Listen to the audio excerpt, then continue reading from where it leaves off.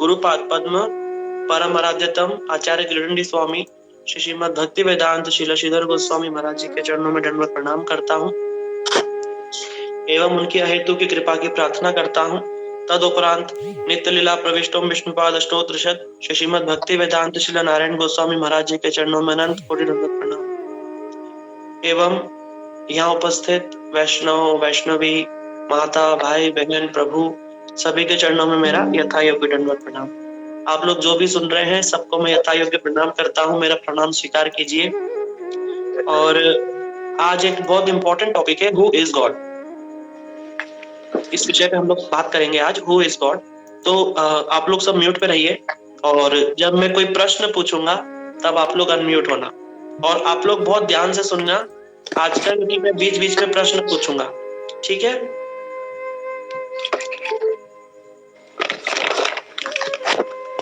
अब किसी ने अनम्यूट किया होगा ना तो बड़ा साउंड आ रहा है, इसलिए प्लीज एक बार म्यूट कर लीजिए। आप कोई कॉपी पेन लेकर के बड़ी तैयारी कर रहे हैं अच्छी बात है, अच्छी बात है। देखो पिछली क्लास में हमने जाना था कि किस प्रकार ना ही हमें पुण्य करना है और ना ही हमें पाप करना है। हमें तो भगवान की भक्ति करना है। अगर हम पुण्य करेंगे तो भी हम इस संसार में आना होगा और पाप करेंगे तो भी इस संसार में आना होगा। लेकिन अगर हम भगवान की भक्ति करें तब हम इस संसार से छूट सकते हैं। पुनरपि जन्मम पुनरपि मरणम पुनरपि जननी जठरे शयनम, इससे हम लोग बच सकते हैं। तो ऐसा क्या किया जाए कि हम इन सब चीजों से बचे? बताया भगवान की भक्ति करो। फिर दूसरा प्रश्न ये आ जाता है कि भाई भगवान कौन है, ये बड़ा प्रश्न आ जाता है। या फिर हम कहते हैं कि कृष्ण ही भगवान है। तो जो लोग दुर्गा जी की पूजा करते हैं, शिव जी की पूजा करते हैं या अन्य देवी देवताओं की पूजा करते हैं, वो लोग हमें बोलते हैं कि भैया तुमने तो अपने भगवान को भगवान भगवान बोल रहे हो, अपनी पीन बजाते जा रहे हो, हमारी तो बात सुन ही नहीं रहे हो। हमारे भी जो देवता है वो भी तो भगवान है। फिर भगवान है कौन? ये थोड़ा प्रश्न भारतीय संस्कृति के अंदर ये सबसे बड़ी समस्या है कि बहु भगवान है। यहाँ पे बहुत सारे भगवान तो हैं, देवी देवताओं को भगवान हम बोलते हैं, साथ साथ में बहुत सारे भगवान चले आते हैं मार्केट में, जैसे साईं बाबा चले आए हैं, बहुत सारे भगवान, ये भगवान वो भगवान। कोई भी आदमी दाढ़ी वाला अपने आप को भगवान बोलने लगता है 2-4 दिन में, है ना। तो ये सब क्या है, क्या चल रहा है, भगवान कौन है? अगर हम शास्त्र का चश्मा नहीं लगाएंगे तो हम कभी भी नहीं जान पाएंगे कि हु इज गॉड, करना क्या है। इसलिए आज मैं जिस दृष्टिकोण से आपको बात बताने वाला हूँ थोड़ा नया होगा, इसलिए आप लोग सावधान होकर के सुनना। सावधान होकर के सुनना बड़ा ही जरूरी है, क्योंकि जब तक हम सावधान नहीं होंगे तब तक हमारा मन एकाग्र नहीं होता है। इसलिए सावधान होकर के आप लोग श्रवण कीजिए और बीच बीच में मैं कुछ प्रश्न भी पूछूंगा, तब हम आप उसका उत्तर देना। अनम्यूट करने का जब कहूंगा जब आप अनम्यूट करना, ठीक है। अभी मैं आपसे एक बात पूछता हूँ, क्या आप में से कोई भी है यहाँ पर, या फिर जो अभी ये पहली बार सेशन को ज्वाइन किया है कृष्ण की ओर को और उन्होंने भागवत सुनी हो? कोई है जिन्होंने भागवत कथा कहीं से सुनी हो, कुछ सुना हो? तो अनम्यूट करके थोड़ा बताइए किस किसने सुनी है। अनम्यूट करके जो भी बताना चाहे बता सकते हैं। प्रभु जी मैंने सुनी है। आपने सुनी है? चलो एक तो है जिन्होंने सुनी है, माया दीदी ठीक है। हरे कृष्णा प्रभु जी, मैंने भी सुनी है। अच्छा आपने भी सुनी है, ठीक है, अच्छी बात। और हम दोनों ने इकट्ठे ही सुनी है, जो पहले बोली और मैं, हमने इकट्ठे ही सुनी है। हाँ जी प्रभु। हरे कृष्णा प्रभु जी, हाँ भी सुनी है, बट वो अलग बात है कि कुछ कुछ समझ में आया, कुछ कुछ नहीं आया। 80% मुझे समझ नहीं आया, 20% मुझे समझ आया। अच्छा कुछ कुछ समझ में आया। मुझे मैंने भी सुनी है लेकिन कभी ना ध्यान नहीं दिया। अच्छा ध्यान नहीं दिया, इसलिए हाँ मुझे थोड़ा सवाल जो मिला है कि गुरुजन से भागवत सुनने का। बहुत अच्छी बात है, बहुत अच्छी बात है।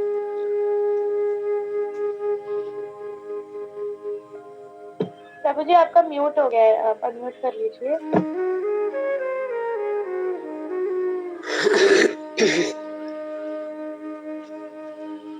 ठीक है, तो भागवत में इसलिए कह रहा था कि भागवत के अंदर जब हम भागवत श्रीमद् भागवत महापुराण को श्रवण करते हैं तो शुरुआत में ही 5 प्रश्न पूछे गए हैं। इन्हीं 5 की पूरी भागवत बोली गई है। ये 5 प्रश्न मैं आपको बोलने वाला हूँ, ये सारे 5 प्रश्न हमसे सीधा जुड़े हुए हैं, इनको नोट कर लीजिए।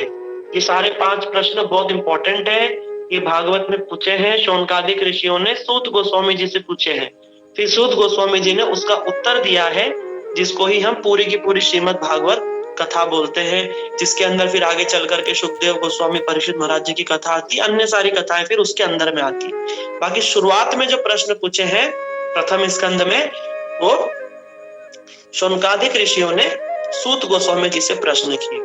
तो ये प्रश्न क्या है, पहले ध्यान से सुनिए। पहला प्रश्न है, देखो मैं बाद में पूछ लूंगा कि भाई पहला प्रश्न क्या था, तीसरा प्रश्न क्या था, ठीक है। पहला प्रश्न पूछा, आत्मा को शांति कैसे मिले? क्योंकि जो शौनकादिक ऋषि थे वो ऑलरेडी बड़े बड़े ऋषि मुनि थे, यज्ञ हवन तप दान सब जानते थे, बड़ी बड़ी तपस्या करे हुए थे, लेकिन फिर भी उन्होंने प्रश्न क्या किया, आत्मा को शांति कैसे मिले? क्योंकि ये हम सबका प्रश्न है, हम लोग कुछ ना कुछ जो भी दुनिया में कर रहे हैं, क्यों कर रहे हैं? शांति पाने के लिए, आनंद पाने के लिए। तो पहला प्रश्न पूछा, आत्मा को शांति कैसे मिले, या फिर हम कह सकते हैं आत्मा का धर्म क्या है। दूसरा प्रश्न पूछा, शौनकादिक ऋषियों ने दूसरा प्रश्न जो पूछा सूत गोस्वामी जी से, उन्होंने पूछा कि कलयुग में भगवत प्राप्ति का सरल उपाय बताइए, कि कलयुग में भगवान की प्राप्ति कैसे सरल रूप में हो जाए, ये दूसरा प्रश्न है। तीसरा प्रश्न उन्होंने पूछा कि हमें कृष्ण का चरित्र सुनाओ। हमने सुना है कृष्ण ने बड़ी सुंदर सुंदर लीला करी है, ब्रज में, फिर मथुरा में, फिर द्वारका में, आप हमें सब सुनाइए विस्तार से। ये तीसरा प्रश्न पूछा। चौथा प्रश्न पूछा कि अन्य अवतारों की भी कथा सुनाइए। हमने सुना है कि ये जो कृष्ण है इन्होंने बहुत अवतार भी लिए हैं, इनकी कथा सुनाइए। पांचवा प्रश्न पूछा, भगवान का यश क्या है? भगवान का हमने सुना है बड़ा यश है दुनिया में, वो कथा भी हमें सुनाइए। और अंतिम प्रश्न पूछा, ये बहुत इंपॉर्टेंट है, कि कृष्ण के जाने के बाद, कृष्ण के धराधाम से जाने के बाद धर्म ने कहाँ आश्रय लिया, कि धर्म को हम कहाँ ढूंढे? हम तो सब धर्म करना चाहते हैं ना, इस धर्म को हम कहाँ ढूंढे? ये तीसरा, ये पांचवा सबसे इंपॉर्टेंट प्रश्न ये भी है। तो ये 5 प्रश्न जो इंपॉर्टेंट प्रश्न है ये पूछे गए हैं भागवत में। इसमें शुरुआत के जो 2 प्रश्न है ना, वो आत्मा से जुड़े हुए, मतलब हमसे जुड़े हुए। क्या क्या? कि आत्मा का धर्म क्या है, आत्मा को शांति कैसे मिले, ये तो पहला प्रश्न है। और दूसरा प्रश्न था भगवत प्राप्ति का सरल उपाय, कि भगवान की प्राप्ति का सरल उपाय पूछ रहे हैं दूसरे प्रश्न में। और तीसरे प्रश्न में क्या पूछ रहे हैं, कि कृष्ण का चरित्र सुनाओ, क्योंकि वो पहले से ही जानते हैं कि भगवान कौन है, कृष्ण है। फिर कृष्ण का चरित्र सुनाओ, फिर कृष्ण जो अवतार लिए वो सुनाओ, फिर कृष्ण की यश लीला सुनाओ, फिर कृष्ण के जाने के बाद में धर्म ने कहाँ आश्रय लिया। बाकी के जो प्रश्न जितने भी हैं वो सब कृष्ण से जुड़े हुए। बड़े आश्चर्य की बात है, भागवत के अंदर ही पहले ही बता दिया कि भगवान कृष्ण है, और भगवान के अंदर सारे, भागवत के अंदर सारे अवतारों की कथा है। लेकिन भगवान कौन है? कृष्ण। वरना फिर वो कृष्ण के विषय में क्यों पूछते? वो तो यूं बोल देते ना कि भाई भगवान कौन है, सीधा सीधा उसके विषय में पूछते, सीधा कृष्ण के विषय में पूछा। और हम सब जानते हैं कि ये श्रीमद् भागवत जो महापुराण है, ये अंतिम कृति है वेद व्यास जी की। वेद व्यास जी ने सबसे लास्ट में इस ग्रंथ को लिखा है, और इसके अंदर सर्वश्रेष्ठ और सही सही बात को बिना लाग लपेट के बोला है, बिना घुमा फिरा करके सीधा सीधा बोला। इसलिए सारे जगत में भागवत भागवत भागवत होती रहती है। इसलिए भागवत को अंदर तो बड़े रहस्य की बात है, बहुत सारी बातें हैं इसके अंदर। खैर, हम लोग इस संसार में फंसे हुए हैं। हम लोग जैसे पहले जान रहे थे कर्म की गति, हमने जाना लॉ ऑफ कर्मा, कि हम अपने अपने कर्मों के अनुसार इस जगत में फंसे हुए हैं और सुख दुख लाभ हानियों को झेल रहे हैं। कोई मुझे बताएगा कौन कौन से 3 प्रकार के हमने त्रिताप बताए थे? कौन बताएगा? जिसने बताया हम उसको नोट करेंगे, बताओ। प्रभु जी, आदि दैविक, आदि भौतिक और आध्यात्मिक। बहुत सुंदर, बहुत सुंदर। और कोई? ये सही है ना? माता जी ने कोई सही तो बोला है, गलत तो नहीं बोला?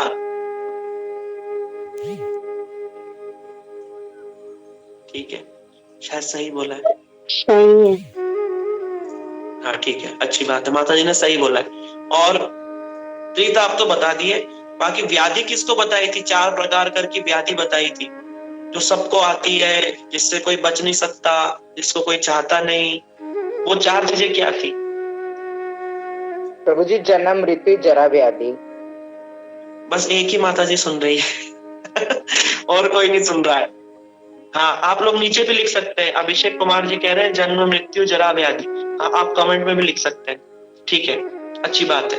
अगर आपका बीच में कोई प्रश्न हो ना तो आप कमेंट में लिखना, मैं आप समझ लो करके उत्तर दे दूंगा आपको। ठीक है, जहां भी समझ में नहीं आए आप बीच में कमेंट कर देना, तो मैं कमेंट पढ़ करके आपको आंसर देने की कोशिश करूंगा। ठीक है, तो यहाँ पर हमने बताया कि किस प्रकार सभी के सभी ग्रंथों में भगवान कृष्ण को ही भगवान बोला गया है।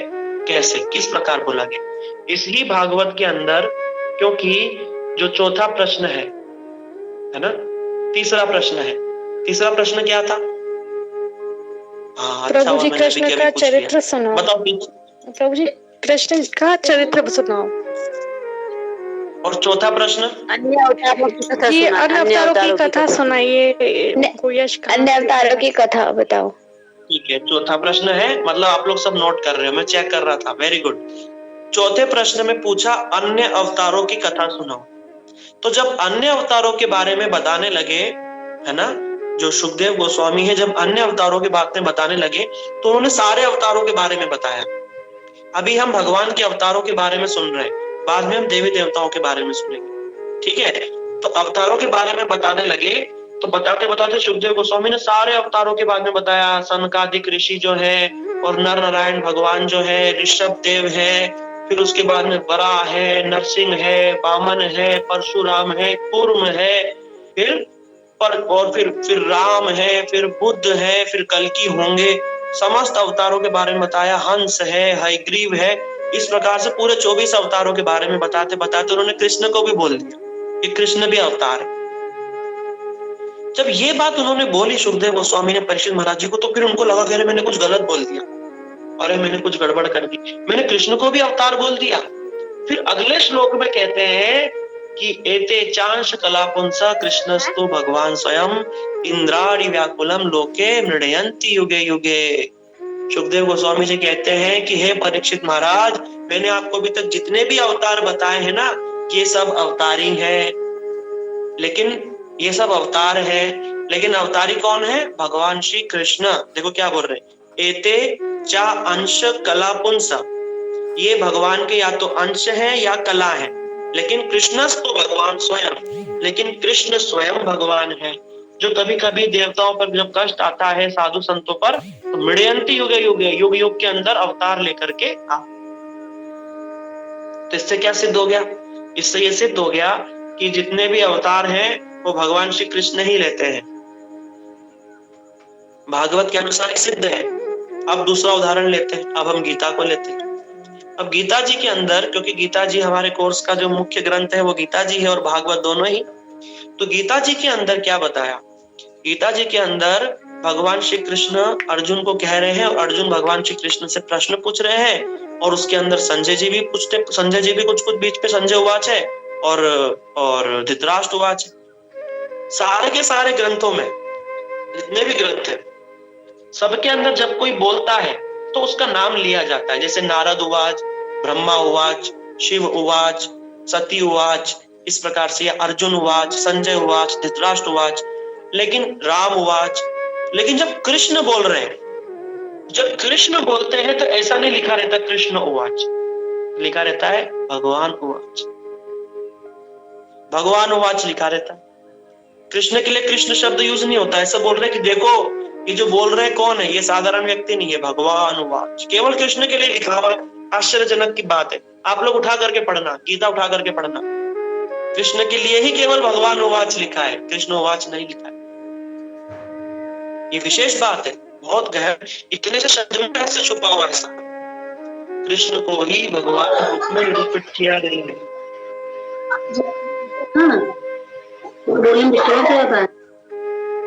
माता जी म्यूट कर लीजिए। हाँ ठीक है, कृष्ण को भगवान उवाच करके बोला गया है ना। अब और फिर भगवान कृष्ण गीता में कहते हैं, और किसी अवतार ने कभी नहीं बोला कि मैं भगवान है, बोला कभी नहीं। अपना आए, काम किया, चले गए।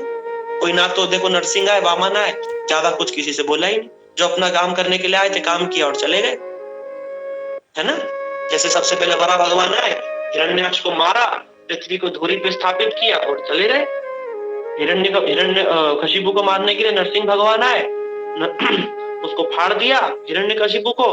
प्रहलाद महाराज जी को प्रेम दिया थोड़ा, 2-4 प्रश्न किए, चले गए आशीर्वाद देकर के। हैं? बामन भगवान आए, 3 भूमि नापी, उसको बलि को जमीन में गाड़ दिया, उसको सुतोल लोग दे दिया और चले गए। राम आए, राम ने उपदेश दिया, लेकिन ये नहीं बोला कि मैं भगवान हूं। लेकिन कृष्ण क्या करते हैं? कृष्ण अर्जुन को जब गीता का संदेश देते हैं, गीता का उपदेश देते हैं, तो देते देते बोल देते हैं कृष्ण, अहम सर्वस्व प्रभो मत सर्वत्र प्रवर्तते इति मात्वा भजन्ते माम बुधा भाव समन्विता। हे अर्जुन, सबका सारा का सारा जगत मुझसे ही है, सारे जगत का मालिक मैं हूँ, जितने भी कोटि अनंत कोटि ब्रह्मांड है उन सबका मालिक केवल और केवल मैं ही हूँ। तो अर्जुन बोला, प्रभु आप है तो जरा हमको दिखा दीजिए, कुछ देख ले, दिखाओ किस प्रकार से आप ही सब जगत के मालिक हो। भगवान ने विश्व रूप दिखाया, ये विशाल विराट रूप भगवान ने दिखा दिया अर्जुन को। उस विशाल रूप में, विराट रूप में समस्त अवतार, देवी देवता सब उसमें समाहित थे। क्या आज से पहले किसी देवी देवता अवतार ने ये विराट रूप दिखाया है किसी को? नहीं दिखाया। ये केवल भगवान श्री कृष्ण ने ही दिखाया है। इससे ये सिद्ध होता है कि सारे जगत का मालिक भगवान श्री कृष्ण ही है, सारे जगत के मालिक भगवान श्री कृष्ण है और दूसरा कोई नहीं। ठीक है, अभी हमने भागवत से कुछ आपको बात बताई और कुछ बात आपको हमने गीता से भी सुना दी कि गीता में किस प्रकार से। और भगवान एक बात और कहते हैं कि जितने तुम देवी देवताओं का यज्ञ करते हो, पूजा करते हो, हवन करते हो, वो सब मेरे पास में ही आता है। भोक्ताराम जगदगसाम यज्ञ तपसाम सर्वलोक महेश्वरम। कि है अर्जुन, जितना भी यज्ञ तप किया जाता है, किसी के भी निमित्त किया जाए, अंत में मेरे पास ही आता है। क्योंकि भगवान सबके यद करोषि यद अश्नासि यद तपसि ददाति यद, जितना भी हम यज्ञ तप दान सब जितना भी करते हैं ना, भगवान बोल रहे मेरे निमित्त करो, क्योंकि मालिक मैं ही हूँ, जो देना मुझे दो। और कोई ऐसा नहीं बोलता, और कोई ऐसा नहीं बोलता। अंत में भगवान कृष्ण ये भी कह रहे हैं, सर्व धर्मान परित्यज्य मामेकम शरणम भज, कि सिर्फ और सिर्फ मेरी शरण, सिर्फ मैं कृष्ण की शरण में चले आओ। अनेक अनेक उदाहरण है गीता में, तो आप पढ़ो कभी गीता, सीधा सीधा पता। मुश्किल तो यही है कि हमको जो बोला हम मानते चलते मानते चलते मानते चलते। हमें को किसी ने, हमारे माता पिता ने बोल दिया कि देखो गणेश जी भगवान है, गणेश जी की पूजा करो, तो गणेश जी की करने लगे। फिर धीरे धीरे कोई हमको बोले, राम जी बोले नहीं हमारे घर में तो गणेश जी की पूजा होती हमारे घर में तो शिव जी की पूजा होती। कोई बुराई नहीं है देवी देवताओं की पूजा, लेकिन जान करके कि भैया देवी देवता है कौन, इनका क्या कार्य है और भगवान कौन है, और हमारा उद्देश्य क्या है। उद्देश्य तो है हमारा इस जगत से इस जगत से निकलना हमारा उद्देश्य है, भगवान की भक्ति। क्योंकि आत्मा का धर्म है भगवान की सेवा करना। अगर गलत भगवान की जगह चले गए तो फिर सेवा ठीक नहीं होगी, सेवा ठीक नहीं होगी तो आत्मा को शांति नहीं मिल सकती। सीधा सीधा सा ही है भैया। इसीलिए अगर कोई अपने जीवन में, एक जीवन में, हमारे श्री भक्तिवेदांत स्वामी महाराज जी सब लोग गुरुवर कहते हैं कि अगर कोई एक जीवन में इतना भी समझ गया कि भगवान कृष्ण ही भगवान है, तो वो बहुत आगे निकल गया, बहुत आगे निकल गया। क्योंकि कम से कम उसे ये तो पता चल गया कि भगवान कौन है। सारे जगत को तो अभी ये नहीं मालूम है कि भगवान कौन है। बाइबल के अंदर जीसस क्राइस्ट कहते हैं कि I am son of God. इस्लाम में मोहम्मद कहते हैं कि I am messenger of God, लेकिन कृष्ण कहते हैं आई एम गॉड। इसलिए भैया कृष्ण ही भगवान है। फिर ये देवी देवता कौन है? देखो अभी हमारे भारत के अंदर क्या होता है, भारत के अंदर साधारण रूप में देखो क्या होता है, साल होता है, बारिश आती है, बारिश में सावन सोमवार चले आते हैं। जैसे ही सावन सोमवार आते हैं सब लोग चालू जाते हैं, जय शिव ओमकारा हर हर हर महादेव। हे शिव जी आप ही भगवान है, आप ही हमारे माता पिता, तुम ही माता तुम ही पिता, आपके बिना हमारा जीवन अधूरा, आपके बिना हमारा कुछ नहीं हो सकता, हमारा बेड़ा पार लगा दो। शिव जी को बोल दिया, 10-15 दिन गुजरते हैं, फिर गणेश जी आ जाते हैं, फिर गणेश जी को बोलने लग जाते हैं यही सब कुछ कि हे गणेश जी आप ही सब कुछ, जो जगत के पालन करता, पालन तारणहार आप ही हो, हम आपके, आप हमारे, आपके बिना हमारा कोई नहीं। फिर दुर्गा जी चली आती हैं, तो गणेश जी को थोड़ा साइड में हटा, मूर्ति को थोड़ा साइड में रख देते हैं, और दुर्गा जी को बीच में बिठा देते हैं, हे अम्बे गौरी, हे मैया तुम श्यामा गौरी, तुम्हारे बिना हमारा कोई नहीं, तुम सबकी मालिक हो, सब तुम ही हो, सब आप ही हो, हे मैया पार लगा दो, दे दो दे दो। फिर किसको पीछे पड़ जाते हैं? दुर्गा जी के पीछे पड़ जाते हैं। फिर दुर्गा जी को हटा देते हैं, जन्माष्टमी आ जाती है, कृष्ण को रख देते हैं, फिर कृष्ण को हटाकर किसी और को रख देते हैं। ऐसे करते करते देवता बदलते रहते हैं। सोमवार आया तो शिव जी के मंदिर, मंगलवार आया तो हनुमान जी शनिदेव के मंदिर पहुंच जाएंगे, मंगलवार को हनुमान जी के मंदिर, बुधवार आया तो गणेश के मंदिर, गुरुवार आया तो साई मंदिर या किसी और देवी देवता के मंदिर चले गए, शुक्रवार आया तो संतोषी माता और शनिवार आया तो जय शनि महाराज। हम लोग धोखा दे रहे, धोखा दे रहे, सभी देवी देवताओं को धोखा दे रहे। क्यों धोखा दे रहे? जब तुमने एक को बोल दिया कि तुम्हारे माता पिता हो, फिर उनको हटा करके दूसरों को कोई बोलेगा? बोलेगा कभी नहीं। देवी देवता देख रहे हैं ना, सब देख रहे हैं, तभी तो हमारी बात नहीं सुनते। अगर देवी देवताओं में भी एक निष्ठ हो जाए तो बहुत बड़ी बात है, ये भी बहुत बड़ी बात है। अगर देवी देवता में निष्ठा हो जाए और उस देवी देवताओं से अगर हम बोले कि भैया हमारा कल्याण करो सचमुच में, तो वो भी देवी देवता कृष्ण की ओर ही ले जाएंगे। कई उदाहरण है शास्त्र में कि देवी देवताओं ने कृष्ण की भक्ति भी प्रदान करी, वो स्वयं कृष्ण के भक्त हैं देवी देवता। ठीक है, किस प्रकार से भक्त है आगे हम समझते हैं। इसलिए पहले ये जानो कि देवी देवता की स्थिति क्या है, देवी देवता है कौन। ठीक है, तो हम आपको बता देते हैं। देवी देवता भगवान कृष्ण के सेवक हैं। ये भगवान की इच्छा से एक एक डिपार्टमेंट को संभालते हैं। एग्जाम्पल से हम समझते हैं। जैसे भारत के प्रधानमंत्री नरेंद्र मोदी है, ठीक है, भारत का प्रधानमंत्री कौन है? नरेंद्र मोदी। लेकिन भारत में प्रधानमंत्री तो नरेंद्र मोदी है, लेकिन बहुत सारे डिपार्टमेंट है। फूड डिपार्टमेंट है, कोल डिपार्टमेंट है, इलेक्ट्रिसिटी एनर्जी डिपार्टमेंट है, शिशु कल्याण स्त्री कल्याण डिपार्टमेंट है, बहुत सारे डिपार्टमेंट है। अलग अलग डिपार्टमेंट का अलग अलग मंत्री होता है ना, होता है। सबके सब गवर्नमेंट के आदमी है, लेकिन प्रधानमंत्री एक है, राजा एक है, मंत्री बहुत सारे हैं, राजा एक है। ठीक उसी प्रकार कृष्ण है भगवान, वो सारे जगत के मालिक हैं। और देवी देवता क्या करते हैं? अपना अपना क्षेत्र को संभालते हैं, अपने अपने डिपार्टमेंट। जैसे एग्जांपल देते हैं, जैसे एनर्जी डिपार्टमेंट, सन सूर्य देवता के पास में एनर्जी डिपार्टमेंट। वाटर डिपार्टमेंट है जल संसाधन, ये किसके पास में है? वरुण देवता के पास में है। अग्नि देवता के पास में एक डिपार्टमेंट है, शिव जी के पास में एक डिपार्टमेंट है, गणेश जी के पास में एक डिपार्टमेंट है, एजुकेशन मिनिस्ट्री। सरस्वती देवी के पास में एजुकेशन मिनिस्ट्री, लक्ष्मी देवी कुबेर जी इनके पास में फाइनेंस मिनिस्ट्री है, बजट यही बनाते सारा, धन इन्हीं के पास में, कुबेर लक्ष्मी इनके पास में धन है सारा, विद्या सारी गणेश जी के पास में है ना, सरस्वती जी के पास में की विद्या इनके पास में, अष्ट सिद्धि नवनिधि ये सब हनुमान जी आदि देव, तो सारे देवी देवता अपना अपना डिपार्टमेंट संभालते हैं। ठीक है, अगर फिर ये व्यवस्था क्यों जमाई गई? ये व्यवस्था इसीलिए जमाई गई कि अगर किसी को भैया भगवान नहीं चाहिए, भोग चाहिए संसार के, तो भैया भगवान कह रहे भाई हमारे पास मत आओ, हमारे पास आना हो तो भक्ति के लिए आओ, बाकी चीजों के लिए किसके पास चले जाओ? देवी देवताओं के पास चले जाओ। लेकिन फिर भी लोग भगवान से ही मांगते हैं। हम लोग तो बोलते हैं ना, मांगो तो किससे मांगो? भगवान से। तो देवी देवताओं से मांगने में और भगवान से मांगने में क्या अंतर है, इसको भी समझना जरूरी है, बहुत जरूरी है। जब हम देवी देवताओं से कुछ चीज मांगते हैं तो वो बस हमारी जो हमने उनके लिए किया उसके बदले में जो हम मांग रहे हैं वो दे करके छुटकारा पा लेते, छुटकारा दे देते हैं हमको, भले ही वो चीज हमारे लिए अच्छी हो चाहे हमारे लिए बुरी हो। जैसे उदाहरण देते हैं, उदाहरण दिया जैसे हिरण्यकशिपु ने ब्रह्मा जी की बहुत तपस्या करी 60,000 साल तक। हिरण्यकशिपु ने ब्रह्मा जी की तपस्या करी 60,000 साल तक, और क्या मांगा कि मैं अमर हो जाऊं।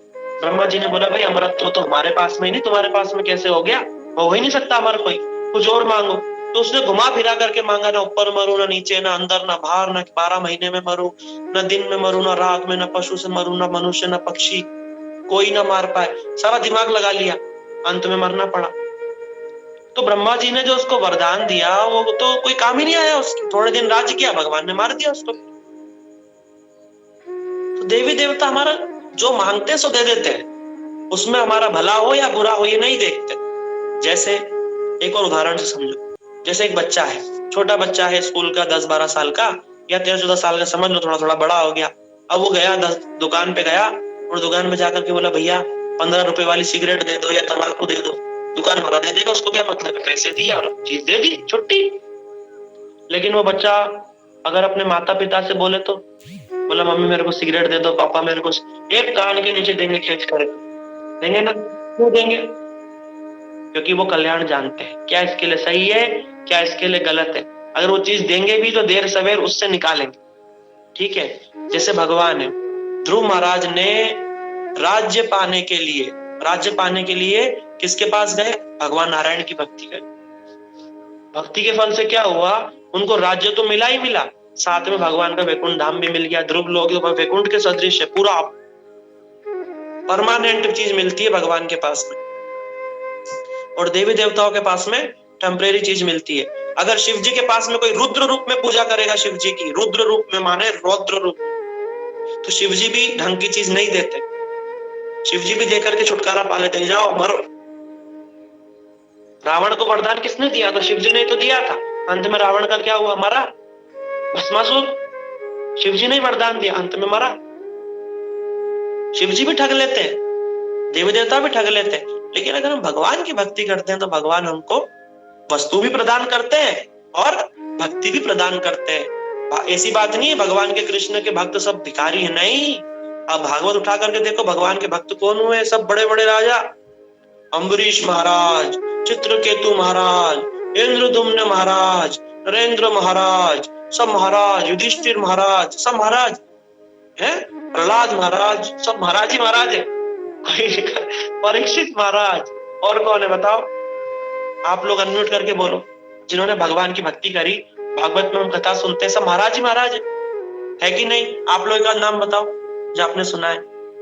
रघुगण, मीराबाई भक्ति करके फिर वो मतलब उन्हें भगवान जैसा ही महल मिल गया सुदामा जी को। पहले उन्होंने भगवान की भक्ति की। हाँ जी, मीराबाई ने बहुत भक्ति की थी, तो स्वयं भगवान ने उन्हें वेरी गुड, बहुत अच्छी कर दिया। हाँ बहुत अच्छी बात है। अब आप लोग सब म्यूट हो जाइए, मतलब आप लोग सब सुन रहे हैं। मैं बीच बीच में इसलिए पूछ लेता हूँ, आप लोग को सबको समझ में तो आ रहा है ना मैं क्या कहना चाह रहा हूँ? आप लोग से अगर बोलो हाँ या ना, अभी तक जो मैंने बोला कुछ कुछ समझ में आ रहा है? हाँ प्रभु जी, प्रभु जी। ठीक है, अच्छी बात। और ध्यान से सुनिए, ये बहुत इंपॉर्टेंट है, क्योंकि क्या होता है ना, हम लोग संसार में जाते हैं, हम लोग कृष्ण की भक्ति करते हैं, दूसरे देवी देवताओं की भक्ति करते हैं, तो हमको वो लोग हमें बोलते हैं कि तुम क्या कर रहे हो, ये करो वो करो। हम क्योंकि फिर किसी दूसरे देवता, जब कृष्ण की भक्ति कर ली तो फिर और किसी की भक्ति करने की जरूरत ही नहीं पड़ती है। तो फिर हम जब नहीं करते तो लोग हमें बोलते हैं कि भाई क्यों नहीं कर रहे हो आप, सारी चीज करो ना। सारी चीज नहीं करना चाहिए। उनको बोलो कि देखो आप लोग तो धोखा देते हो, कभी शिव जी के हो जाते हो, कभी गणेश के हो जाते हो, कभी हनुमान जी के, कभी किसके। बोला हम तो केवल कृष्ण के हैं, एक के ही है, एक को ही सब कुछ मान के रखा, हमारे तो एक ही पिताजी है, तुम लोग पता नहीं कितने पिताजी बना रखे। फिर बाकी लोग क्या है? बाकी देवी देवताओं का भी सम्मान करना चाहिए। किस रूप में? कि ये भगवान के सेवक हैं, ये सब भगवान के डिपार्टमेंट्स को संभाल रहे हैं, इस रूप में उनको भी प्रणाम करना चाहिए। लेकिन भगवान केवल कृष्ण है, उनका आदर होना चाहिए, उनका अपमान नहीं होना चाहिए। कोई अपमान करे तो सहन नहीं करना चाहिए देवी देवताओं का, ठीक है। लेकिन भगवान किसको मानना है? भगवान केवल कृष्ण ही भगवान है। और अगर देवी देवताओं का अपमान करेंगे तो हमको फल भुगतना पड़ेगा, उसका विपरीत परिणाम। जैसे गवर्नमेंट का आदमी है कोई, भले ही गवर्नमेंट का आदमी चपरासी हो, तुम ऑन ड्यूटी हो, तुम उसको थप्पड़ मार दो, पुलिस अंदर डाल देगी कि ऑन ड्यूटी ऑफिसर को तुमने छेड़ा, कैसे केस हो जाएगा? गवर्नमेंट का आदमी है ना। यही बात है। सिमिलरली जितने देवी देवता हैं ये सब भगवान के ही लोग हैं, इनका अपमान नहीं होना चाहिए, ठीक है। इसीलिए देवी देवताओं की स्थिति समझ में आई, कुछ आई होगी थोड़ा थोड़ा। इसीलिए देवी देवताओं की भक्ति का विधान जो शास्त्र में है वो इसलिए है क्योंकि सब लोग सात्विक वृत्ति के नहीं हो सकते, सब लोग भक्त नहीं हो सकते संसार में। कोई तामसिक है, कोई राजसिक है। भगवान बोल रहे भैया क्यों मेरा दिमाग खाना, जाओ जाकर के देवी देवताओं की भक्ति उनसे ही मांगो, बलि करो, जो भी करो करो, ऊपर उठो, जहां भी है वहां से ऊपर उठो। जो 30% वाला है वो कम से कम पास हो जाओ, 35% लाओ। 35 वाले कोशिश करो सेकंड डिवीजन 50% में आओ, 50% वाले फर्स्ट डिवीजन में आओ, जो फर्स्ट डिवीजन में है वो डिस्टिंक्शन लाओ 75%। 75 वालों को बोल रहे हैं भैया तुम 90 लाओ, 90 वाले को बोल रहे हैं कि तुम पूरा 100 आउट ऑफ 100 लाओ, धीरे धीरे हमें ऊपर उठना है। ये जो शास्त्र में जो देवी देवताओं की बात बताई है, जो जितनी भी बलि भी बताई है, किसके लिए बताई है? वो उनके लिए बताई है जो बिल्कुल भयभीत है, जिन्हें कुछ भी समझ में नहीं आ रहा है, रोज की रोज मांस खाए बिना रह नहीं सकते। उन्होंने बोला भैया रोज रोज मत खाओ, ऊपर उठो, हफ्ते में एक बार वो यज्ञ हवन करके किसी देवी देवता के निमित्त जो ये सब लेते हैं उनके निमित्त बलि दे करके खाओ। धीरे धीरे उसका क्या होगा, वो बलि से छूट जाएगा। और जिसकी बलि दी है वो यज्ञ के निमित्त देंगे, देवी देवता के निमित्त देंगे, कोई मतलब जैसे कोई देवी जैसे काली आदि के निमित्त देंगे तो उनका उस पशु का भी उद्धार हो जाएगा। पर ये सबके लिए थोड़ी ना है कि भैया तुम नहीं करते तो तुम भी जाके करो, सबके लिए नहीं है, केवल उनके लिए है जो बहुत तामसिक है, बहुत तामसिक है। इसलिए शास्त्रों को समझना बहुत कठिन है, सबके लिए अलग अलग बात है। जैसे टीचर ने बोला, स्कूल के अंदर एक टीचर है, टीचर के पास में 100 बच्चे बैठे, 100 बच्चों में से 20 बच्चे ऐसे हैं जो फेल ही होते हैं, पास भी नहीं हो पाते। तो टीचर उनको बोलती बेटा कम से कम पास हो जाओ रे, पास हो जाओ, तुम्हारे माँ बाप हमको बोलते पास हो जाओ, कम से कम पास हो जाओ कि मैं प्रिंसिपल को मुंह दिखा पाऊं कि मैंने पढ़ाया था फिर भी ये फेल हो गए। तो टीचर सबके लिए थोड़ी ना बोल रही है, उन बच्चों के लिए बोल रही है जो फेल हो रहे हैं। अब जो ऑलरेडी पास हो रहा है 60-65% ला रहा है, वो भी इस बात को मान ले तो कि नहीं मुझे तो पास होना है, बस पास होना है, तो गलत ले लेगा ना वो। इसी प्रकार से सबके लिए बलि फली मांस मछली ये सब नहीं है, ऊपर उठना है। जो तमोगुण में है वो रजोगुण में आओ भैया, धीरे धीरे ऊपर उठो। जो रजोगुण में है वो धीरे धीरे सत्वगुण में आओ, जो सत्वगुण में है वो भक्ति के द्वारा निर्गुण की ओर बढ़ो, है भगवान की भक्ति की ओर बढ़ो। जहाँ निर्गुण नहीं, जहाँ पे सब प्रकार के गुण ही गुण है, ठीक है, उधर बढ़ना है हमको। तो ये चीज को समझना ही, इसलिए शास्त्रों को समझना बहुत कठिन है। इसलिए जाओ भागवत पढ़ो वैष्णव स्थाने, भागवत जाकर के वैष्णव स्थान में पढ़ो, अच्छे संतों से सुनेंगे, तब धीरे धीरे हम सारी बातों को समझ पाएंगे। इसलिए जो देवी देवताओं की बात आपको कुछ कुछ समझ में आ गई होगी, ये सब भगवान के सेवक हैं और ये सब भगवान की इच्छा से काम करते हैं। और इसका एक प्रमाण भी है मेरे पास में, आप लोग ध्यान से सुनो। देखो सभी देवी देवताओं के हाथ में कुछ अस्त्र शस्त्र, कुछ तो भी इंस्ट्रूमेंट होता है। क्यों होता है? वो दिखाते हैं कि हम क्या काम करते हैं, उससे दिखाते हैं कि ये हमारा डिपार्टमेंट है ना। जैसे ब्रह्मा जी है, ब्रह्मा जी के हाथ में वेद दिखाते हैं, वेद। ब्रह्मा जी बोलते देखो मैं वेदों का ज्ञाता हूँ, वेदों का ज्ञान प्रदान करता हूँ, है। सरस्वती जी है, सरस्वती जी के हाथ में क्या होता है? तानपुरा होता है, बड़ा वाला, है। इंद्र के हाथ में वज्र होता है, गणेश जी के हाथ में फरसा होता है, लड्डू होते हैं जो खाते दिखाते हैं कि मैं धन धान्य का प्रतीक हूँ। और भी देवी देवता, शिव जी के हाथ में त्रिशूल होता है। सभी देवी देवताओं के हाथ में कुछ ना कुछ अस्त्र शस्त्र होते हैं, ठीक है। लेकिन एक चीज और होती है कॉमन, दुर्गा के हाथ में देखो तो ढाल कृपाण सब अष्टभुजाओं में अस्त्र ही अस्त्र। लेकिन एक चीज सबके हाथ में कॉमन होती है, बताओ कौन बताएगा? जिसने बताया उसको इनाम मिलेगा। जो जानते हैं वो मत बताना, नए लोगों में बताओ। देवांग, आई थिंक चक्रव्यूह। चक्रव्यूह मैंने प्रभु जी कमल का फूल। प्रभु जी माला। माला, माला कौन बोला?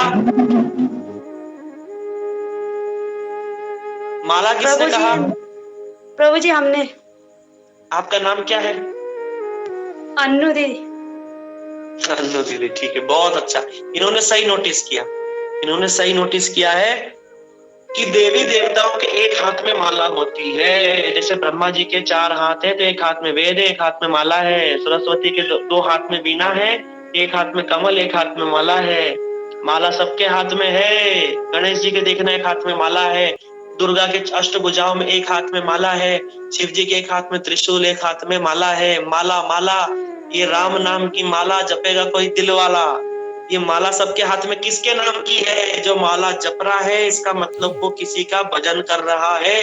मैं सही बोल रहा हूँ या नहीं? उत्तर दो, आप लोग बताओ, हाँ या ना? 100% सही बोल रहे हो प्रभु। बिल्कुल सही प्रभु। सब लोग सहमत हैं? बिल्कुल बिल्कुल प्रभु जी बिल्कुल सही प्रभु जी। हाँ, जो माला कर रहे हैं वो किसी का भजन कर रहे हैं। अब वो किसका भजन कर रहे हैं यही तो हम सीख रहे हैं। वो सब के सब राम कृष्ण का भजन कर रहे हैं। इसीलिए हम लोग सीधा भगवान से भजन। हम भी भगवान का भजन करते हैं, इसलिए देवी देवता भी वैष्णव कहे जाते हैं। इसलिए हम शिव जी को जब प्रार्थना करते हैं तो क्या बोलते हैं, वैष्णव नाम यथा शंभु। शिव जी सबसे बड़े वैष्णव हैं। और उनकी जब आरती करते हैं तो क्या बोलते हैं, ओ है वैष्णव ठाकुर दयार सागर, हे दास करुणा करी। हे दास, हम दास के ऊपर कब कृपा करो प्रभु। हे शिव जी, हे ठाकुर जी, काश हमारी भी भक्ति हो आपकी जैसा। आपकी ठाकुर जी की सारी लीला आपके बिना अधूरी है ठाकुर जी। हे शिव जी, हम पर भी कृपा करो कि ठाकुर हमको दर्शन दे, हमें और पर भक्ति हो। सभी देवी देवताओं से एक भक्त हुए चंडीदास, एक भक्त हुए, वो क्या करते थे, वो दुर्गा की भक्ति किया करते थे। दुर्गा की भक्ति करते करते करते करते लेकिन कुछ मांगते नहीं थे। करते करते एक दिन दुर्गा जी उनके सामने काली प्रकट हो गई, चंडी। जब काली प्रकट हो गई तो उन्होंने बोला, हे देवी, वो बोले कुछ वर मांगो पुत्र। वो कहते हैं कि देवी मेरे को मुक्ति दे दो। वो बोले कि मुक्त तो मैं खुद नहीं हूं, तुम्हें कैसे मुक्ति दे दूं, समय आने पर मुझको खुद को ये शरीर छोड़ करके दूसरा शरीर लेना पड़ेगा। दुर्गा जी बोल रही है, क्योंकि इनका कार्यकाल होता है। जैसे हमारे मंत्री बनते 5 साल के लिए, इन देवी देवताओं की आयु बहुत बड़ी होती है, लेकिन फिर भी समय पे आने पर छोड़ना पड़ता है। जो सती थी, उन्होंने शरीर छोड़ करके पार्वती बनी कि नहीं बनी, वापस आई कि नहीं आई, ये होता है उदाहरण शास्त्र के अंदर। इन देवी देवताओं को शरीर छोड़ना पड़ता है। फिर वो बोलती है कि मैं तो खुद ही मुक्त नहीं हूँ, तुम्हें मुक्त कैसे दूंगी। बोला, आप मुक्त नहीं हो। वो भक्त बोले दुर्गा के कि आप देवी मुक्त नहीं हो, फिर मुक्त कौन दे, मुक्ति कैसे मिलेगी मुझे। वो बोले कि देख बेटा, क्योंकि तू मेरा भक्त है और तूने मुझसे सही सही बात पूछी है, इसलिए मैं भी सही सही बात बताती हूँ। मुक्ति ददाति ति मुकुंद, मुक्ति तो केवल मुकुंद ही दे सकते हैं। इसलिए किसके पास चले जाओ, आप चले जाओ भगवान श्री कृष्ण के पास में। तो वो जो व्यक्ति थे उनका नाम गोविंद दास है, गोविंद दास। उन्होंने आकर के अंतिम समय में की भक्ति करी और भगवान की प्राप्ति करी। उन्होंने ही एक कीर्तन लिखा है जो हम लोग गाते हैं मठों के अंदर, बहुत सुंदर कीर्तन है। वो पहले दुर्गा जी के भक्त थे, लेकिन बाद में कृष्ण के भक्त हुए। दुर्गा जी के आदेश थे, कृष्ण जी के भक्त हुए। कौन सा कीर्तन है, भजहु रे मना श्री नंद नंदन, अभय चरणार विंद रे, दुर्लभ मानुष जन्म सत संगे, हरहु रे भव सिंधु रे। वो बोला मैंने जो गलती करी तुम लोग मत करो, सीधे क्या करो, बोला गोविंद, बोला सीधे जाकर के भजऊ रे मन श्री नंद नंदन, जाकर नंद नंदन का ही भजन करो, डायरेक्ट घूम फिर के मत आओ। इतने दिन तक देवी देवताओं की भक्ति करोगे, फिर मुक्ति मांगोगे कि हमको संसार जाल से छुड़ाओ, फिर वो बोलेंगे कि भगवान के पास जाओ, इससे सीधा सीधा चले जाओ कृष्ण के पास में। ठीक है, इसीलिए ये तो हो गए देवी देवता। सबको समझ में आ गया कि देवी देवता भगवान के ही सेवक हैं, वो किसी ना किसी रूप में भगवान का काम कर रहे हैं, लेकिन मुख्य रूप से वो भगवान नहीं है। भगवान तो केवल कृष्ण है, केवल भगवान है। और आप भागवत उठा करके देखो, सारे देवी देवताओं का मान मर्दन, कभी कभी इन देवी देवताओं का अहंकार हो जाता है तो भगवान इनके मान को चकनाचूर कर देते हैं। इंद्र ने सोचा कि ब्रज को डुबा दूंगा, भगवान ने गिरिराज उठा करके इंद्र को बिल्कुल चकनाचूर कर दिया, उसके मान को। बाद में हाथ जोड़ करके चले आए, बोला प्रभु क्षमा कर दो, गलती हो गई, गलती हो गई। ब्रह्मा जी, उन्होंने बछड़े छुपा दिए थे, भगवान ने फिर उतने ही रूप धारण कर लिए, ब्रह्मा जी का मान मर्दन हो गया।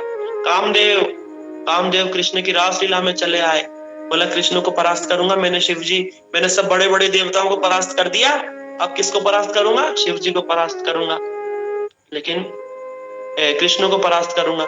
लेकिन कृष्ण ने क्या करा, जैसे कृष्ण प्रकट हुए वो कामदेव मोहित हो गया। साक्षात मनमत माने कामदेव के मन को भी मत दिया भगवान ने। अब कामदेव इच्छा कर रहे, काश मेरा गोपी स्वरूप होता तो मैं रास में प्रवेश कर लेता। ये बहुत बड़ी बात है, बहुत बड़ी बात है। शिव जी जिन्होंने कामदेव को भस्म कर दिया, जब भगवान ने रास लीला करी तो शिव जी की इच्छा हुई कि मैं भी गोपी बन करके रास में चला जाऊं। सुना है ना, वृंदावन रास रचायो, शिव गोपी रूप बनायो, सब देवन करे विचार, रटे जा राधे राधे। सुना है ना सबने। एक और भजन है कि ब्रज में सब उल्टा है। देखो मेरा याद आ गया तो बोल देता हूँ। कौन पावे आको पार, कृष्ण का कोई पार नहीं पा सकता। क्यों? प्रेम नदिया की सदा उल्टी बहे धार, कौन पावे आको पार, प्रेम नदिया की सदा उल्टी बहे धार। गोपी बनो शिव जाने काम की ढेर। गोपी बने शिव जिन्होंने कामदेव को ढेर कर दिया। ब्रज में क्या कर रहे हैं? उल्टी धार बह रही है ना, नदी उल्टी बह रही है ब्रज में, सब उल्टा पुल्टा है। शिव जी क्या कर रहे हैं? ठूम ठूम नाचे गोरा हंस मुख फेर, नंदी बैल को सवार। नंदी बैल के सवार शिव जी जो है ब्रज में ठुमक ठुमक करके नाच रहे हैं। जिन्होंने कामदेव को तो भस्म किया, लेकिन कृष्ण पर मोहित होकर के चले आए। ये सब भगवान का यश है, ऐश्वर्य है। अब ये भगवान शब्द का अर्थ क्या हो? ध्यान से सुनो। भगवान किसको कहा जा सकता है? जिसके अंदर संपूर्ण ऐश्वर्य होता है उसको ही भगवान कहा जाता है। भग माने होता है ऐश्वर्य, वान मतलब जिसमें परिपूर्ण अवस्था में, पूर्ण जिसके अंदर होगा। हमारे अंदर भी कुछ ना कुछ ऐश्वर्य होता है। किसी के पास थोड़ा पैसा होता है, कोई बहुत सुंदर होता है, कोई ज्ञानी होता है, कोई बैरागी होता है। ये सब ऐश्वर्य है। किसी में थोड़ा है, किसी में ज्यादा है, लेकिन भगवान में 100 का 100% पूर्ण रूप में।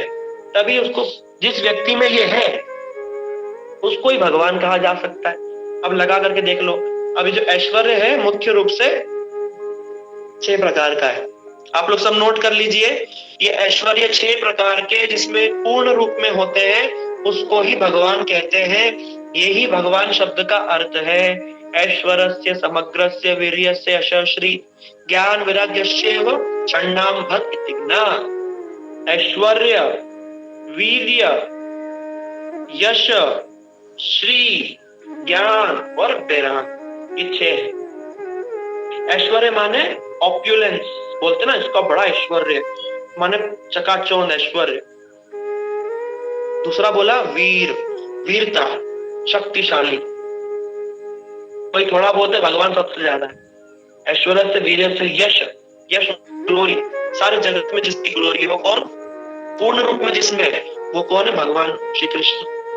यशश्री, श्री माने ब्यूटी। भगवान जितना सुंदर कोई है क्या? कोई भी भगवान जितना सुंदर नहीं है। या भगवान अपने आप को देख करके मोहित हो जाते, दूसरों की तो बात छोड़ो। भगवान का रूप इतना सुंदर है, गोपियां कहती हैं कि जिसने भी भगवान को नहीं देखा, इस आंखों का फल क्या है? इन आंखों का फल तो है कि कोई कृष्ण का दर्शन कर ले। अक्षण बता फल विदा ना परम विदामः। मेनू गीत, क्या सुंदर भगवान का रूप। बोले आंखों का फल तो यही है जो ये भगवान के इस रूप का दर्शन करे। कौन सा रूप? वरहा पीडम नटवर वपुः कर्णयो कर्णिकारम बिभ्रदवास कनक कपिशयम वैजयंतीम च मानम नन्रान वेणुरधर सुदया पूरयन् गोपवृन्दै वृंदारण्यम सपदरमणम प्राविशति। जिन्होंने भगवान के स्वरूप को देखा वही धन्य है, बाकी सब तो ऐसे घूम रहे हैं। इसलिए हमारे कीर्तनकार हैं, वो इतना सुंदर कीर्तन लिखा है। उसमें कहते हैं, आप गौड़ी की थी कुछ में कभी गौड़ी कीर्तन सुनना देखना। उसमें बोल रहे हैं जन्म किसका सफल है? जिसने कृष्ण का दर्शन किया। जन्म सफल तार कृष्ण दर्शन जार, भाग्य है याचे एक बार, भाग्य है याचे एक बार। इंद्र नीलजिनी कृष्ण रूप खानी, हिरिया कदम्ब मूले। मन उच्चाटन न पाए चरण, मन उच्चाटन न पाए चरण। हेला महेरिया धुले सखी है सुधामय से रूप माधुरी। कृष्ण के रूप की माधुरी जो देखे सो ही जाने। हमने तो नहीं देखा, इसीलिए कृष्ण के जैसा रूप भी किसी का नहीं। देखो ये जितना बोल रहे ना ऐश्वर्य वीर वीरता कितनी, भगवान कृष्ण तो नरसिंह बन के आए थे, क्या वीरता है, क्या भगवान ने तो वराह अवतार शुक्र रूप में आए थे, क्या मारा था हिरण्याक्ष, तो भगवान की वीरता है। ऐश्वर्य तो सारे जगत में भगवान का ही नाम है भैया। ये जो अल्लाह अल्लाह करके बोल रहे हैं भी भगवान को निराकार, जो भगवान की ज्योति निकलती है चरण से, उसी को ये लोग अल्लाह बोलते हैं मुसलमान लोग। जिसको ब्रह्म बोलते हैं वो तो भगवान की चरण ज्योति है। यद ब्रह्म निष्कलम अनंतम अशेष भूतम गोविंदम आदि पुरुषम तमहं भजामि। यस्य प्रभा प्रभवतो जगदंड कोटि कोटिश्व शेष वसुधा विभूति भिन्नम तद ब्रह्म निष्कलम अनंतम अशेष भूतम गोविंदमादि पुरुषम तमहं भजामि। यस्य प्रभा, जो भगवान की आभा निकलती है, प्रभा ओरा निकलती है, प्रकाश निकलता है भगवान के चरणों से, उसको ही ज्ञानी लोग ब्रह्म बोलते हैं। उसी में मिलने की कोशिश करते हैं, उसी को ही ये लोग अल्लाह अल्लाह करके पुकारते हैं। ये वही निराकार, उसी को ही ब्रह्म बोलते हैं। ब्रह्मा जी बोल रहे हो तो भगवान की नख की छटा है, नख की छटा में बावरे हुए जा रहे हो, भगवान को देखोगे तो क्या होगा। इतना सुंदर भगवान का यश श्री। फिर ज्ञान, हमको कितना ज्ञान है। अभी मैं आपसे पूछूं दो चार लोगों से कि जरा बताना परसों क्या खाया था सुबह ब्रेकफास्ट में, तो आधे लोग नहीं बता पाएंगे। इतना तो हमको ज्ञान है। लेकिन भगवान को सबका, जितने जीव दुनिया में है, भूत भविष्य वर्तमान सब मालूम है। भगवान कृष्ण अर्जुन को कहते हैं अर्जुन तुम नहीं जानते लेकिन मैं सब जानता हूँ। तो इस प्रकार से भगवान को संपूर्ण ज्ञान भी है। और भगवान गीता में कहते हैं अहम सर्वस्व, भगवान गीता में कहते हैं कौन सा श्लोक है, वेदिश्च सर्वम अहमेव वेद्यो वेदांत कृत वेद विदेव चाहम। इस श्लोक में बोलते हैं कि वेदों को देने वाला मैं हूँ, मेरे द्वारा ही सबको ज्ञान होता है, मेरे द्वारा ही सबको विस्मृति होती है। वेदों का रचयिता मैं हूँ, वेदों से मुझे ही जाना जाता है। ठीक है, इस प्रकार से भगवान कृष्ण का ज्ञान है। फिर वैराग्य, सब कुछ होते हुए भी भगवान वैरागी भी हैं। कैसे, देखो जगत के अंदर किसी को क्या हो जाए, थोड़ा बहुत पैसा हो जाए, थोड़ा बहुत रूप हो जाए तो बड़ा अहंकार करता है, लेकिन भगवान कभी अहंकार करते नहीं।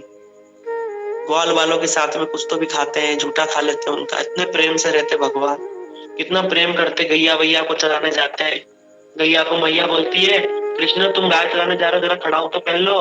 कृष्ण कहते हैं ये गैया तो नंगे पैर जा रही है और मैं चप्पल पहनूंगा, मैं भी नंगे पैर जाऊंगा। मैया ये गाय तो हमारी माता है ना, तो गाय तो नंगे पैर जाएगी, मैं चप्पल पहन के जाऊंगा। मैया बोली जा बेटा फिर तो चप्पल के बिना ही जा। इतने सुंदर, इतने दयालु कृष्ण, इतने प्यारे, इतने प्यारे कृष्ण, उनको भूल करके हम कहाँ फंस गए। इसलिए भैया एक जीवन में ये तो डिसाइड हो जाए कि भगवान कृष्ण ही भगवान है। भक्ति करेंगे तो पर एक निष्ठ होंगे ना, जैसे सन की रोशनी बिखरी हुई है, आग नहीं जलती, लेकिन अगर हम जो ग्लास होता है मैग्नीफाइंग ग्लास को लगा करके एक जगह पर अगर केंद्रित करते हैं तो आग जल जाती है। इसलिए हमारी जो भक्ति सब फैली हुई है, सभी देवी देवताओं से उठा करके उसको लाकर कृष्ण में लगा दीजिए। जब कृष्ण में लग जाएगी तो भक्ति की जोत जल जाएगी, प्रेम की जोत जल जाएगी, जिसका हम सब लोग इंतजार कर रहे हैं सालों से। इसीलिए जो भगवान का रूप, हाँ कोई कुछ प्रश्न कर रहे हैं, इसलिए भगवान का रूप बड़ा ही सुंदर है। कोई अगर कोई पूछना प्रश्न चाहते हैं तो पूछ सकते हैं, क्योंकि टाइम हो चला है, हमने बोला था टाइम से ओवर कर देंगे, इसीलिए क्योंकि आप लोग सब तो ऑलरेडी भगवान कृष्ण की भक्ति करते हैं। पर एक चीज ध्यान रखना, भगवान की कृष्ण की भक्ति करने के लिए 3-4 चीजें करनी है। एक तो भगवान का नाम हरे कृष्णा कृष्णा कृष्णा हरे हरे, हरे राम राम राम हरे हरे, पहली चीज। दूसरी चीज एकादशी जो कल है, सब लोग विजय एकादशी, जो विजय एकादशी रखते विजय विजय होती है। एकादशी जो नहीं रखता उसको फिर ढंग से भक्ति नहीं हो पाती, क्योंकि उस दिन अन्न में सारा पाप है। भगवान ने एकादशी को, बहुत लंबी कथा है फिर कभी सुनाएंगे, एकादशी के अंदर सारे पाप है अन्न के अंदर में, ब्रह्म हत्या, गो हत्या, गुरु स्त्री गमन, सारे पाप को अन्न में दिया है एकादशी के दिन। इसलिए एकादशी के दिन जो अन्न खाता है सारे पाप खा लेता है, इसलिए एकादशी के दिन अन्न नहीं खाइए। ऑल्टरनेटिव तो कितनी सारी चीजें, कुट्टू के पूड़ी बनाओ, पराठे बनाओ, पकोड़े बनाओ, फल फ्रूट्स खाओ, दूध दही मक्खन घी, कितनी सारी चीजें सब खाइए, किसी ने मना नहीं किया। अन्न मत खाइए और भगवान का नाम कीजिए। इसलिए भगवान का नाम, एकादशी, तुलसी की पूजा और ठाकुर को भोग लगा करके खाइए। जो भी खाओ भोग लगा करके खाओ। हमने बताया ना, कर्म की गति बड़ी खतरनाक है। और मेन जो सारा कर्म दुनिया में हम करते हैं, क्यों करते हैं? खाने के लिए। इसलिए भुंजनते महापापा, पाप मत खाओ, भगवान को भोग लगा करके प्रसाद ग्रहण करो, जीवन में सुख शांति आनंद आएगा। ठीक है? आप लोग बहुत अच्छे श्रोता हैं, बड़ी ध्यान से आप लोग सुनते हैं। आप लोग सब ऑलरेडी जानते थे कि भगवान कृष्ण ही भगवान है, लेकिन फिर भी क्योंकि हमसे कभी कभी लोग प्रश्न कर लेते हैं, इसलिए हमने सब चीज बता दी कि भाई देवी देवताओं की स्थिति क्या है, इस भगवान शब्द का क्या मतलब है। भगवान मतलब जिसमें ये सारी चीज जो मैंने बताई, जो आपने लिख ली होगी, नोट कर लिया होगा, कि जिसके अंदर पूर्ण है वही भगवान हो सकता है। फिर एक एक देवी देवता पे फिट करके देखो, क्या फिट हो रही है? नहीं। जब शिव जी ने वरदान दे दिया भस्मासुर को कि जिसके सिर पे हाथ रखेगा भस्म हो जाएगा, वो शिव जी के ऊपर हाथ रखने लगा। शिव जी भागे भागे भगवान के पास मदद मांगने गए। हैं? असंभव। हिरण्यकशिपु को ब्रह्मा जी ने वरदान दे दिया, फिर खुद ही फंस गए कि भगवान को आना पड़ा। सारे देवी देवता कहाँ जाते हैं? जब पृथ्वी पे दिक्कत आती, सारे देवी देवता झुंड बना करके कहाँ जाते हैं? भगवान की प्रार्थना करने। भगवान पृथ्वी पे बड़ा दिक्कत है, आइए आप हमारी रक्षा कीजिए। सब तो भगवान के पास जाते हैं, इसलिए हम भी भगवान के पास चलो। और जितने अवतार हमने पहले बताए थे, राम आदि, ये सब भगवान ही है, ये सब भगवान के ही अवतार हैं। कोई उनमें भेद नहीं होता, केवल रस का भेद होता है, रस का। बोला ना, बोला भगवान कृष्ण में केवल, बोला रसे है, बोला केवल रस का भेद है, और कोई भेद नहीं। जैसे राम जी थोड़े गंभीर रहते हैं, कृष्ण बड़े चंचल हैं, सबके साथ में खेलते बोलते सब करते हैं, राम जी थोड़े गंभीर है। हनुमान जी को राम जी गले लगा सकते हैं, लेकिन क्या हनुमान जी राम जी को गले लगा सकते हैं जाके आगे से? नहीं, बड़ा गंभीर है वहां पे। और नारायण जी के बैकुंठ के अंदर तो बिल्कुल चुपचाप साइलेंट खड़े रहो और मंत्र स्तुति करो, बस भगवान मुस्कुराते और कुछ नहीं। ठीक है? इसी प्रकार से ये सब रस का भेद है, लेकिन भगवत्ता तो एक ही है, भगवान तो एक ही है। ठीक है? इसलिए अवतारों में कोई भेद नहीं है, केवल रस का भेद है। वही कृष्ण है, अलग अलग समय समय पर अवतार लेते हैं अलग अलग कार्यों के लिए, लेकिन जब वो खुद आते हैं और मधुर मधुर लीला करते हैं, जैसे कृष्ण रूप में आए, क्या कर रहे? क्या मधुर मधुर रास लीला, माखन चोरी लीला, और क्या बांसुरी बजाते हैं, सुनो तो सुनते ही रह जाए जो सुने। इसीलिए अंत में गोपियां कहती हैं कि हे प्रभु, जो लोग आपका कीर्तन करते हैं उनका क्या होता है? देखो भगवान की कथाएं कैसी है, बोला ना यश, भगवान का यश कैसा है कि जो आपका यश गाता है सारी दुनिया में उसका यश होने लगता है। कैसे? तव कथामृतम ताप्त जीवनम कविभिरीडितम कल्मषापहम् श्रवणमङ्गलम् श्रीमदाततं भुवि गृह्णन्ति ते भूरिदा जना। ये भूरिदा जना कौन है? ये भूरिदा वो है जो भगवान का यश गाते हैं। गोपियां कह रही हैं जो यश गाते हैं उनकी बड़ी कृपा है, उन पर भी आपकी बड़ी कृपा रहती है। इसीलिए आप लोग क्या करो? भगवान की ही भक्ति करो। ये भगवान कौन है? एक भजन है बड़ा प्यारा सा, इसको सुन लो। भगवान कौन है? इस भजन में, हिंदी भजन है, आपको कोई बांग्ला संस्कृत समझ में नहीं आती, इसलिए हम हिंदी भजन में सुनाते हैं आपको। देखो भगवान कौन है। कृष्ण जिनका नाम है, गोकुल जिनका धाम है, ऐसे श्री भगवान को मेरा बारंबार प्रणाम है। यशोदा जिनकी मैया है, नंद जो बापैया है, ऐसे श्री घन श्याम को मेरा बारंबार प्रणाम है। कृष्ण जिनका नाम है, गोकुल जिनका धाम है, ऐसे श्री भगवान को मेरा बारंबार प्रणाम है। बहुत सुंदर भजन है, बहुत बड़ा है, फिर कभी आपको सुनाएंगे। अब टाइम ओवर हो गया है, इसलिए प्रेम से भगवान की भक्ति कीजिए, एकादशी रखिए, तुलसी जी की सेवा कीजिए, परिक्रमा कीजिए और जो भी खाइए भोग लगा करके खाइए। हो सके तो जल्दी से जल्दी हरिनाम दीक्षा लीजिए, क्योंकि इसके बिना संबंध नहीं होता भैया, आश्रय नहीं होता। इसीलिए सदगुरु मिले जरूर हरिनाम ले लेना और भगवान का भजन करो, इसी में ही सुख शांति है और कोई नहीं। जीवन की कोई भरोसा नहीं, कब ये प्राण पखेरु उखड़ जाए, कोई गारंटी लेकर के यहाँ नहीं पैदा हुआ, इसलिए समय कम है, जाना बहुत दूर है। लाला बाबू जल्दी करो, ठीक।